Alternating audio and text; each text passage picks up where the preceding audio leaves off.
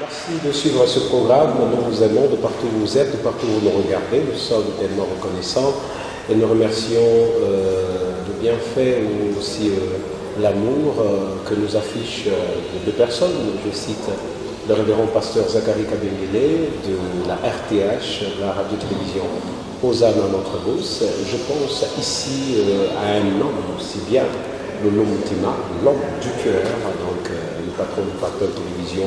Si vous avez la chance de nous regarder partout dans le monde, en France, en Ukraine, en Allemagne, aux États-Unis, donc dans tous les États-Unis, c'est grâce au savoir-faire de Lolo Multima, le patron du Pactole Télévision là-bas. Ce programme, c'est un programme d'édification qui vous permettra de pouvoir comprendre c'est quoi la lumière à nos pieds qui est la parole de Dieu, c'est vrai, et c'est très important. Et aujourd'hui, on parlera d'un thème très important, un thème qui va vous pousser encore à réfléchir davantage, qui va vous donner le goût de comprendre les Écritures. Je cite ce sujet: rendre à César ce qui est à César, à Dieu ce qui est à Dieu. Et je suis avec un bergérien, le pasteur Emmanuel Kadima, du ministère de plein évangile vers pâturage. Bonjour et bienvenue à ce programme. Ça fait déjà la deuxième fois qu'on s'est retrouvé dans cette émission. Personnellement, je suis très ravi. Juste question de vous dire que bienvenue à bord. Alors, pasteur, comme je l'ai annoncé dans l'entame, rendre à César ce qui est à César, à Dieu ce qui est à Dieu, c'est vraiment une phrase très importante, une phrase qui nous pousse à beaucoup réfléchir. C'était la réponse que Jésus avait accordé aux pharisiens qui lui avaient posé la question par rapport au paiement de l'impôt. Alors, j'aimerais un peu savoir pourquoi Jésus leur avait répondu de cette façon-là, avant que nous puissions approfondir encore davantage. Merci pour la parole, mon frère. Quand le Seigneur évoluait avec son ministère, il y a eu un temps où il a commencé à rencontrer beaucoup d'opposition et on lui tendait aussi beaucoup de pièges. Cette réponse se situe dans cette étape-là de son ministère où des disciples des pharisiens et associés à des hérodiens sont venus auprès de lui pour lui tendre un piège. Et la Bible d'ailleurs dit qu'ils se sont consultés pour trouver un moyen pour que Jésus puisse commettre une erreur quelconque, qu'on puisse le ramasser à partir de là. Ils sont venus, et là je rappelle que les pharisiens c'est une des sectes du judaïsme, tandis que les hérodiens, ce sont les disciples, disons les militants qui étaient attachés à Hérode. Nous sommes là dans le contexte de l'ancien empire romain, où l'empereur exerçait son autorité sur beaucoup de pays, y compris Israël, et Hérode était le dirigeant à ce moment-là de une partie d'Israël. Alors, il dépendait de l'empire, de l'empereur, à partir de Rome, et comprenez que quand on vient lui poser la question, on ne cite pas Hérode, mais on dit: est-il permis de payer le tribut à César? César, c'est l'empereur. Et comme ils étaient sous la domination de Rome, ils cherchaient un moyen pour se prendre Jésus. Et le Seigneur, sachant ce qu'ils étaient, il a répondu que vous êtes des hypocrites. Il faut rendre à César ce qui est à César et à Dieu ce qui est à Dieu. Après leur avoir d'abord posé la question de savoir: montrez-moi la pièce de monnaie que vous avez, de qui est-il cette effigie, et même aussi de qui est-il cette écriture-là. Ils ont dit: de César. Alors rendez à César ce qui est à César, rendez aussi à Dieu ce qui est à Dieu. Donc à partir de ce moment-là, ils se sont retrouvés confondus et ils ont fui pour une occasion encore prochaine. Donc c'était des religieux et des politiciens ensemble venant vers le Seigneur pour chercher un moyen de le surprendre. Voilà à peu près le contexte dans lequel cette phrase est sortie de la bouche de notre Seigneur Jésus. Et le Seigneur Jésus, lorsqu'il leur avait répondu, si seulement qu'il lui était arrivé de pouvoir échapper et de dire je ne peux pas payer l'impôt. Oh, ça devait être suffisamment grave. Vous savez, il faut comprendre beaucoup de choses qui s'imbriquent, mais en même temps qui ne se confondent pas. le Seigneur est venu pour une mission bien précise. Et c'est la même mission qu'il a laissée à l'Église. C'est une mission spirituelle. L'humanité perdue devait être rachetée, devait être sauvée. C'est pour ça qu'il est venu. En même temps, il n'est pas venu exercer son ministère en étant dans les airs. Il est venu comme un homme parmi les hommes au sein d'une société organisée. Vous voyez un peu? Et cela a fait qu'il s'est retrouvé aussi quelque part appelé à s'acquitter de certaines obligations sociales de la société dans laquelle il vivait. Et cette question-là était une question vraiment très sensible. Toi, tu viens, en fait, tu nous pêches, Dieu, le royaume des cieux, est-ce que vraiment il faut aussi payer l'impôt? Il avait les deux pieds sur terre. Là, il a compris que non, je vis dans une société humaine et cette société est organisée et elle est appelée à fonctionner. Et par conséquent, il faut qu'on fasse la part des choses. Je suis en train de vous prêcher le salut des vos âmes. En même temps, nous vivons dans une société qui doit fonctionner et tout et tout. Et l'un des moyens pour cette société de trouver les moyens de sa politique, c'est d'avoir de l'argent à partir de toutes les activités qui s'exercent. D'où la question de l'impôt. Il fallait payer l'impôt. Et l'Église aujourd'hui aussi ne peut pas s'échapper de cette responsabilité-là. Et je crois que vous savez que pour quand même qu'une Église fonctionne normalement, il y a même des documents à avoir que nous avons à partir de certaines institutions bien précises. Il y a le ministère de la Justice et ça commence par... c'est toute une procédure. Et si vous n'avez pas ça, vous ne fonctionnez pas dans la société. Donc comprenez que la société est organisée et qu'il y a des obligations, on doit s'acquitter de ça. Et l'apôtre Paul aussi a beaucoup insisté sur ces questions-là.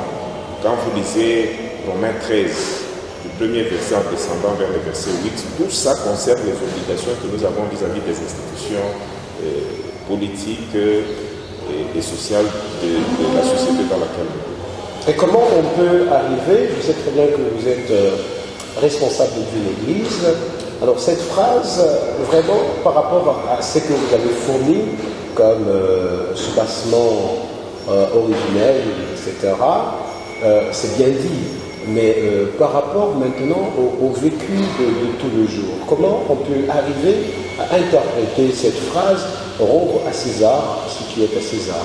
Ok, c'est aussi une très bonne question. Une des premières façons d'interpréter les choses, c'est d'abord de séparer certaines activités auxquelles le chrétien est confronté en activité spirituelle d'une part et aussi en activité sociale d'autre part. Ça, c'est l'une des manières directes d'interpréter cela. Nous avons des obligations vis-à-vis de César, qui représente le pouvoir public, et nous avons des obligations vis-à-vis de Dieu, qui est notre Père sur le plan spirituel. Et avec Dieu, il y a aussi l'Église qui entre là-dedans, parce qu'il faut savoir que l'Église c'est le corps de Christ, Christ est la tête du corps de Christ. Donc Jésus est la tête et l'Église c'est le corps. Donc nous avons des obligations, plusieurs obligations vis-à-vis de Dieu, vis-à-vis de l'Église. Et nous devons nous acquitter de ces obligations-là.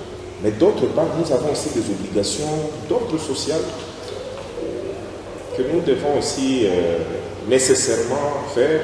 Vous savez, nous ne vivons pas sur Mars, nous vivons sur Terre. Nous ne sommes pas des extraterrestres.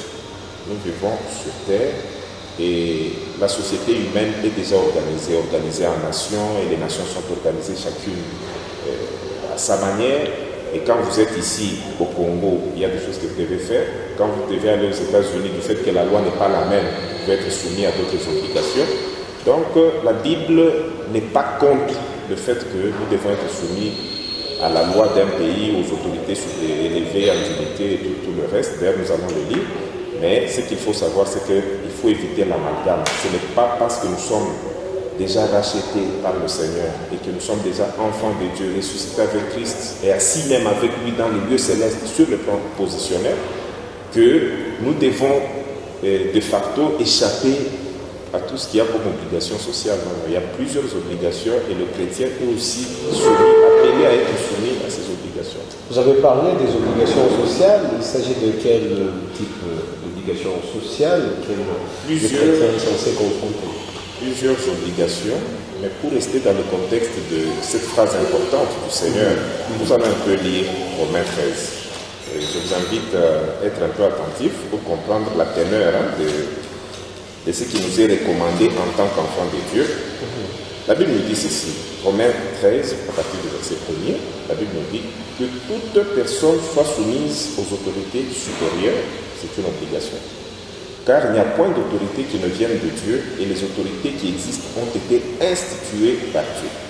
C'est pourquoi celui qui s'oppose à l'autorité résiste à l'ordre que Dieu a établi et ceux qui résistent attireront une condamnation sur eux-mêmes. Ce n'est pas pour une bonne action, c'est pour une mauvaise que les magistrats sont à redouter. Veux-tu ne pas craindre l'autorité, fais le bien et tu auras son approbation. Le magistrat est serviteur de Dieu pour ton bien, mais si tu fais le mal, crains, car ce n'est pas en vain qu'il porte l'épée, étant serviteur de Dieu pour exercer la vengeance et punir celui qui fait le mal. Il est donc nécessaire d'être soumis, non seulement par crainte de la punition, mais encore par motif de conscience. Cette phrase qui suit est importante. C'est aussi pour cela que vous payez les impôts, car les magistrats sont des ministres de Dieu entièrement appliqués à cette fonction. Rendez à tous ce qui leur est dû. L'impôt, à qui vous devez l'impôt, le tribut, à qui vous devez le tribut, la crainte, à qui vous devez la crainte, et l'honneur, à qui vous devez l'honneur. À travers ces quelques versets, il y a déjà un certain nombre d'obligations qui se dégagent vis-à-vis des autorités, et même on insiste sur les obligations fiscales, parce que les impôts, c'est dans la fiscalité. Les pouvoirs publics doivent avoir les moyens de leur politique pour organiser la vie sociale, sécuriser les gens, faire des routes, créer des infrastructures qui facilitent la vie. Il faut l'argent. Et cet argent-là, c'est quand nous exerçons une activité sur le sol de ce pays-là, nous devons payer quelque chose. C'est ça l'impôt en fait. C'est par rapport à ce que nous exerçons. Et ça, c'est une responsabilité. Et pour les païens et pour les chrétiens, aussi longtemps que nous sommes en train de vivre dans une société bien déterminée, nous sommes obligés d'être soumis aux autorités et aussi de payer la. Et que dire de ce pasteur qui vient de débuter son ministère, il n'a pas de moyens, et directement il y a de personnes qui passent, comme par exemple les autorités étatiques qui viennent pour le contrôle des documents. Alors l'Église vient à peine de commencer. Et comment elle peut arriver à payer l'impôt ou arriver à répondre rapidement à ce genre de... C'est vraiment assez sensible aussi, mais avant de commencer quelque chose, c'est mieux de pouvoir se renseigner suffisamment sur les contours de ce que ça demande. Et en se renseignant auprès des aînés qui ont déjà évolué dans la chose, humblement, je crois qu'ils peuvent vous renseigner sur tout ce qu'il faut. Et dans tout ce qu'ils vous diront aussi que, attention, il y a l'État. Ne réunis pas les gens et commencer un mouvement sans te faire identifier, sans obtenir les autorisations nécessaires. Et c'est dans ce contexte-là qu'on va vous dire par exemple que c'est le mouvement religieux, ou bien c'est une église qui commence. Est-ce que vous avez les statuts? Est-ce que vous avez fait notarier les statuts? Est-ce que vous les avez présentés à la division de la justice? Est-ce que c'est allé jusque chez le gouverneur qui a donné l'autorisation provisoire de fonctionnement? Est-ce que le dossier a été transféré à Kinshasa pour obtenir la personnalité juridique? C'est un processus. Mais la pression par moment de l'appel chez certains qui ne savent pas très bien procéder peut amener certains ministres, certains hommes de Dieu à pouvoir se lancer dans cette carrière sans avoir répondu à ces obligations-là. Et souvent, à un moment, vous allez voir les gens du quartier déjà à la base venir et vous dire que nous avons besoin que vous présentiez vos documents. Déjà là, vous allez sentir qu'il y a un problème. Donc c'est mieux, avant de se lancer dans ça, de pouvoir avoir ce qu'il faut. Je sais qu'il y en a qui contournent cela, même pas contourner, mais qui savent le faire aussi d'une manière indirecte, en se mettant sous la couverture des personnes qui sont déjà en règle. Si sur le plan doctrinal, vous êtes ensemble et vous partagez les mêmes points de vue, les mêmes valeurs, il y a moyen que vous puissiez demander d'être sous la couverture de ceux qui ont déjà tous les documents. Mais commencer comme ça, sans tenir compte du fait que c'est sur le sol d'un État bien organisé, c'est dangereux et on est contrevenant par rapport à la loi, passible même d'une arrestation. Donc, entrons dans la profondeur de ce sujet, rendre à César ce qui est à César, à Dieu ce qui est à Dieu, parce que quand on parle de César, on fait allusion à l'empereur romain de cette époque, on fait allusion à un roi de ce monde qui représente toute une société. Et quand on parle de Dieu, on voit l'être suprême. Alors Jésus voulait juste sceller ces deux choses. Il y a la part de Dieu et aussi la part des hommes. Alors vous êtes particulièrement homme de Dieu. Parlons un peu du social. César, on voit l'humanité, on voit les hommes. Et quand on dit rendre à Dieu, on voit le royaume des cieux. Alors sur le plan social, l'Église exactement, à quoi est-ce qu'elle est appelée à répondre? Parce que c'est vrai, on ne doit pas seulement rendre à Dieu ce qui est à Dieu. Quand on voit César, on voit vraiment la société. Alors l'Église, c'est à quoi est-ce qu'exactement elle est appelée? Qu'est-ce qu'elle est censée faire pourvu qu'une société puisse se développer, pourvu qu'une société puisse s'en sortir? Pourquoi? Parce que nous parvenons toujours à parler peut-être en mal ou à critiquer les autres. On peut parler de l'Église, la première Église, tout ça, on se dit, non, ces gens-là ne sont pas trop spirituels, mais lorsqu'on regarde sur le plan social, ce sont des gens vraiment évolués. D'où, si nous rentrons dans le contexte aussi de cette même phrase de Jésus, rendre à César ce qui est à César, à Dieu ce qui est à Dieu. Donc, c'est quoi un peu l'Église, sa part de choses dans le social? Ouais, c'est vraiment très important que nous répondions bien à cette question. Parce que, à partir de cette réponse du Seigneur, c'est comme s'il y a un clivage entre le spirituel et le social. Et une interprétation directe peut conduire certains à dire que non, l'Église ne doit s'occuper que des choses d'en haut et elle n'a rien à voir avec la vie sociale au quotidien. Non, c'est faux parce que l'homme, c'est une complexité. L'Église n'a pas vocation de s'occuper d'abord du social. L'humanité était perdue, séparée avec Dieu. Il y avait un besoin fondamental, un besoin essentiel du salut de l'humanité, de la réconciliation avec Dieu. C'est pour cette raison-là que le Seigneur Jésus est venu, pour donner sa vie comme une rançon, pour servir de victime expiatoire afin de résoudre le problème du fossé qui s'est créé entre Dieu et les hommes, les réconcilier avec Dieu. Et c'est aussi cette même mission qu'il a laissée à l'Église. Et l'Église est là d'abord pour prêcher la parole de l'Évangile, afin que ceux qui l'écoutent, quand ils croient, qu'ils aient la vie éternelle au lieu d'être perdus. Cette mission ne change pas. Mais cette même Église qui a cette mission essentielle qu'on appelle, qui dérive de l'ordre suprême que le Seigneur Jésus a donné dans Matthieu 28 en disant « Allez, faites de toutes les nations des disciples », ainsi de suite. En dehors de cette mission essentielle, l'Église, c'est une institution spirituelle, mais c'est aussi une institution sociale. Parce que c'est une institution qui évolue au sein de la société. Et en tant que tel, l'homme étant aussi une complexité, l'homme vit dans un corps.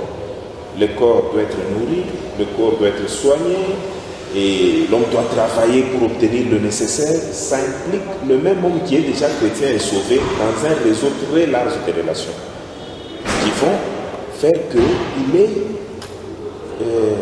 des obligations sociales. Et l'Église se retrouve aussi face à ce même type de problème. Là, c'est sur le plan soit individuel, soit collectif, que l'Église se retrouve déjà dans la société, de plein pied dans la société. Il faut avoir l'argent. Et pour avoir l'argent, il faut travailler. Pour travailler, il faut trouver du travail. Pour trouver du travail, il faut que la société s'organise de sorte qu'il y ait des emplois, et ainsi de suite. Ça se tient. Il n'y a pas moyen d'isoler ça d'une manière vraiment drastique. Alors, de sorte que le chrétien doit par contre se rassurer qu'il demeure chrétien au sein de plusieurs activités dans lesquelles il peut s'impliquer. En tant que sel de la terre, en tant que lumière du monde, le chrétien en principe peut travailler n'importe où. Il peut travailler dans des sociétés privées, il peut travailler dans des sociétés, dans l'administration publique, Il peut même arriver dans des cas rares que certains chrétiens puissent s'occuper des responsabilités institutionnelles, de hautes fonctions, mais là où ils partent travailler là, ils doivent se rappeler qu'ils ont une identité, qu'ils ont des valeurs à défendre. Et c'est là que se pose le problème, surtout quand il s'agit de la politique. Parce que là, les valeurs sur ce terrain-là sont parfois très contraires à ce que la Bible nous recommande, et le chrétien peut se retrouver en difficulté. Mais d'une manière générale, l'Église doit veiller à ce que socialement, que le chrétien soit équilibré. Et pour qu'il soit équilibré, il doit être responsable sur le plan professionnel, sur le plan familial. Et l'Église doit s'organiser comment? Elle doit s'organiser. Oui, en tant qu'institution, il y a des institutions, on sait très bien. Oui, en tant qu'institution, l'Église, devant certaines contraintes, peut aussi s'organiser. Peut aussi s'organiser pour avoir, par exemple, je dis bien devant certaines contraintes. Ce n'est pas que c'est comme ça partout et ça doit être comme ça, non. Si l'Église voit qu'il y a beaucoup de pauvres dans l'Église, la première chose, c'est d'organiser les prières pour résoudre ces problèmes-là sur le plan spirituel. La deuxième chose, c'est s'il y a des compétences dans l'Église qui peuvent faire qu'on s'organise autour de certains projets, il y a lieu de le faire. Il y a des églises qui ont leur centre de santé, il y a des églises qui ont leur champ, il y a des églises qui ont des bus dans le transport, il y a des églises qui ont des écoles et même des universités. Et ça résout beaucoup de problèmes. L'Église, si elle est totalement aveugle sur le social, elle se fragilise elle-même. Mais si l'Église est aussi trop impliquée dans le social, elle peut oublier sa mission essentielle. Je crois que l'équilibre doit être maintenu dans toutes ces forces-là qui vont dans le même sens. Est-ce que c'est possible que l'Église puisse oublier sa mission essentielle? Et puis, parce que nous constatons, vous avez dit qu'un chrétien doit normalement travailler partout, parce que peut travailler partout, c'est le sel de la terre, il peut occuper un poste prépondérant, il peut se retrouver par-ci et par-là. Alors, comment aujourd'hui les chrétiens ne parviennent pas à scinder un peu cette phrase « à César ce qui est à César, oui. à Dieu ce qui est à Dieu ». Nous rencontrons toujours des gens qui sont chrétiens de substantif, seulement parce qu'ils sont à l'église, seulement parce qu'ils se retrouvent dans un environnement ecclésial, c'est là où ils affichent l'attitude de sainteté. Mais dans les entreprises, par exemple, dans les institutions, j'ose croire que vous êtes aussi en train de travailler quelque part, dans une institution de la place. Nous aimerions que ce phrase que vous nous dites puisse vous caractériser, non seulement parce que vous représentez une grande partie des chrétiens et une grande partie des serviteurs de Dieu. Mais qu'est-ce qu'on constate? Ce sont ces mêmes personnes qui défient sur le plan comportemental, sur le plan social et tout ça, et qui ne respectent même pas les normes, je peux dire, de l'État. Alors, ma question est celle de savoir, est-ce que c'est parce que l'Église ne parvient pas peut-être à organiser des enseignements sur les valeurs sociales, afin que ceux chrétiens qui sont dans les églises parviennent à comprendre que là où ils vont, ils doivent nécessairement respecter ces valeurs et ne parviendront plus à les emboîter, ou bien c'est parce que seulement on se focalise sur la vie éternelle, donc rendre à Dieu ce qui est éternel. En tout cas, c'est ça même le problème. Vous venez de poser un vrai problème qui caractérise plus l'Église du Congo, parce que quand on va ailleurs, on trouve que c'est totalement la même chose, ce que nous vivons ici. Je vais te demander de faire un petit exercice. Allez devant les parkings des églises un dimanche et voyez le nombre de véhicules qu'il y a. Ok? Et allez sur la paraprise, c'est-à-dire la ville de devant. Essayez de voir si tout le monde a un peu payé. Tous les chrétiens qui prient là, est-ce qu'ils ont la vignette de l'année en cours? Leurs véhicules sont-ils assurés? Y a-t-il un certificat de contrôle technique? Pour ne prendre que cet exemple-là, vous allez vous rendre compte que plus de la moitié, c'est une enquête que vous pouvez faire. Il y a un problème sérieux dans notre pays qui concerne aussi bien les païens que parfois aussi les chrétiens sur la culture fiscale. Payer l'impôt, rendre à César ce qui est à César. En tout cas, dans plusieurs domaines, le chrétien ne brille pas de sa lumière. Et c'est un problème social un problème qui se situe au niveau de la mentalité du pays dans lequel nous sommes. Ces mêmes personnes, quand ils vont ailleurs pour s'installer, ils payent tout ce qu'il faut. Vous allez voir qu'ils ont des véhicules assurés, ils ont leur permis de conduire, ces mêmes personnes-là, quand ils vont quelque part... Je connais même un apôtre qui sillonne sur la rue avec son véhicule sans plaque, en disant qu'il a bien travaillé pour le compte du Seigneur. C'est pas si c'est sur l'enveloppe terrestre ou bien sur le ciel. Non. Et ce qu'il faut, c'est amener les chrétiens par des enseignements à intégrer les valeurs. L'Église aujourd'hui plane, c'est vrai dans le spirituel, mais dans une mentalité contraire parfois à la parole de Dieu. Les gens ne payent pas les impôts. Même certains chrétiens de leur bouche disent ni ce que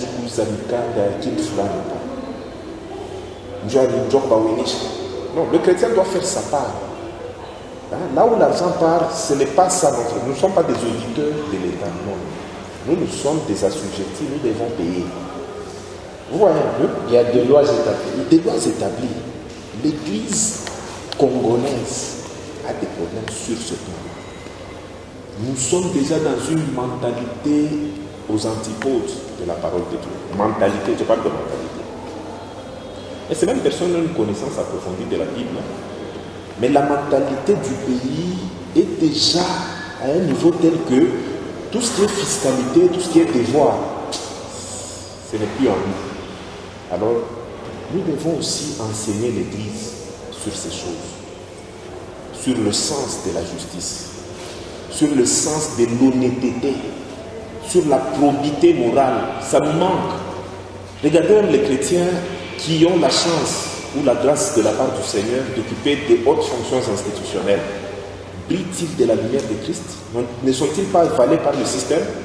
N'y a-t-il pas de chrétiens qui sont au Parlement? N'y a-t-il pas de pasteurs là-bas? Nous sommes dans la période électorale. Je crois qu'à travers tout ce que nous avons comme effigie à gauche, à droite, voyons des pasteurs, des hommes de Dieu qui vont briller de la lumière de Christ au Parlement. Nous allons sentir que non, les justes sont allés jusque dans l'institution législative et ont contrebalancé les choses dans le sens de plus de justice, de plus d'équité, de plus de dignité. Est-ce qu'au Congo, jusque-là, nous sentons ça? Ou bien il y a des ministres, qui ont été pasteurs, ministres, pasteurs. Qu'est-ce que ce ministère-là bénéficie de son passage en tant que ministre? Est-ce qu'il y a eu plus d'organisation, plus de justice, plus d'honnêteté? Y a-t-il eu ça? Vous voyez un peu. Le problème, ce n'est pas de dire est-ce qu'un chrétien peut faire la politique, est-ce que l'Église peut avoir des projets sociaux? Non, non. Le problème, c'est de savoir est-ce que nous avons intégré suffisamment, nous incarnons les valeurs qui vont dans le sens de ce que la Bible nous recommande. Prier, c'est bien. Nous prions beaucoup au Congo. J'ai eu la grâce de visiter quelques pays où les gens qui peuvent ont des grands résultats dans le sens de l'organisation sociale, de l'équité, de la justice. Et même quand la corruption existe, je ne sais pas si vous savez que maintenant, si vous allez au Canada, le mot corruption, c'est quelque chose, c'est un virus terrible.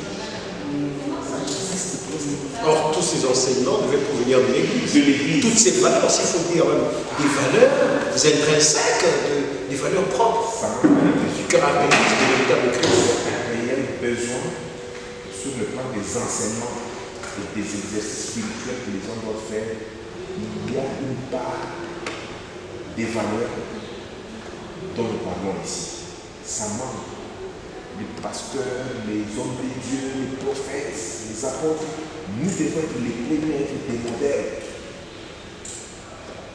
Quand par exemple vous vous rendez compte que je n'ai pas encore fait telle chose, je ne suis pas encore acquitté de telle obligation, c'est la date qu'il faut. Ah non, je dois payer l'eau, je dois payer l'électricité à la date prévue. Et non pas consommer le courant de l'État. Ça sans payer. Voilà un peu, ces petites choses-là. C'est ce dont Romains 13 nous parle, en disant que rendez à tous ce qui leur est dû. L'impôt à qui vous devez l'impôt, les tributs à qui vous devez les tributs, l'honneur à qui vous devez l'honneur. Sur le plan de ces valeurs-là, l'Église du Congo a des problèmes. Et nous comprenons que c'est de ne pas payer l'impôt, c'est un péché. Parce que le Christ l'a dit. À César, ce qui est à César. À Dieu, ce qui est à Dieu. Les chrétiens qui nous suivent, qu'ils s'acquittent de leurs obligations vis-à-vis de César. César, c'est déjà un mot, mais qui représente le pouvoir public dans toutes ses ramifications. Et nous avons des obligations vis-à-vis de ces choses. Je crois qu'au Congo, si nous voulons évoluer, ce n'est pas la prière seulement. La prière ne résout pas tout. Il y a une mentalité à changer, il y a des antivaleurs à déraciner, il y a des valeurs à intégrer, à incarner, pour que ce changement auquel les gens aspirent là. Et l'Église peut jouer un très grand rôle dans ça. Au lieu que nous puissions aspirer à faire de la politique politicienne, ce qui n'est pas nécessairement un péché, mais nous devions d'abord travailler sur le spirituel, sur le mental, sur le moral, pour amener l'Église dans les valeurs, qu'elle soit dans les valeurs. Et qu'est-ce que vous proposez à l'Église afin de pouvoir retourner à ces vraies valeurs? Je propose très humblement que nous, hommes de Dieu, nous ayons le temps d'intégrer nous-mêmes ces valeurs, d'être des modèles par rapport à ces valeurs, et d'enseigner suffisamment l'Église par rapport à ces valeurs. Et aussi de prier pour le pays. La mentalité, c'est un nuage noir très épais qui est déjà sur le Congo. Et qui avale même les chrétiens qui s'hasardent à occuper parfois de hautes fonctions institutionnelles. Vous n'allez pas les sentir. Les ténèbres sont épaisses. Et c'est l'Église qui doit briller de sa vraie lumière pour pouvoir résoudre ce problème. Si l'Église du Congo ne prend pas conscience de ces petites choses, bibliques pourtant, et ne prend que du temps pour les prières du genre que le social va changer miraculeusement, c'est une illusion que nous donnons. Pour que ça puisse changer, la parole, la prière doit être accompagnée des enseignements. Voilà. Et le comportement doit se ranger sur ces enseignements-là. À César, ce qui est à César, payons l'impôt. Soyons en ordre avec l'État. Ne critiquons pas qu'il n'y a pas de route. Donnons par notre contribution à l'État les moyens de sa politique en payant l'impôt. Et si nous voyons que non, il y a des affectations des fonds, nous payons et il n'y a pas quelque chose qui s'est fait. Non, il y a encore un verset qui nous recommande d'abord, cette fois-là, de la prière. L'influence que l'Église doit avoir sur la vie politique et publique du pays, c'est d'abord une influence spirituelle, avant que ça soit une participation physique dans les institutions. C'est d'abord une influence spirituelle. Lisons un petit verset avant de pouvoir peut-être terminer. Nous sommes dans 1 Timothée 2. Voilà. 1 Timothée 2, la Bible dit ceci. C'est l'apôtre Paul qui parle, il n'est pas n'importe qui, hein, c'est l'apôtre des païens. C'est lui la lumière que Dieu a établie pour nous, des nations, pour nous montrer la voie. Il a précisé beaucoup de points de doctrine du christianisme. Il a dit ceci.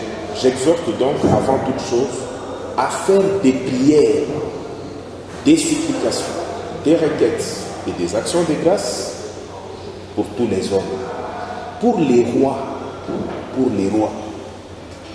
et pour tous ceux qui sont élevés en dignité.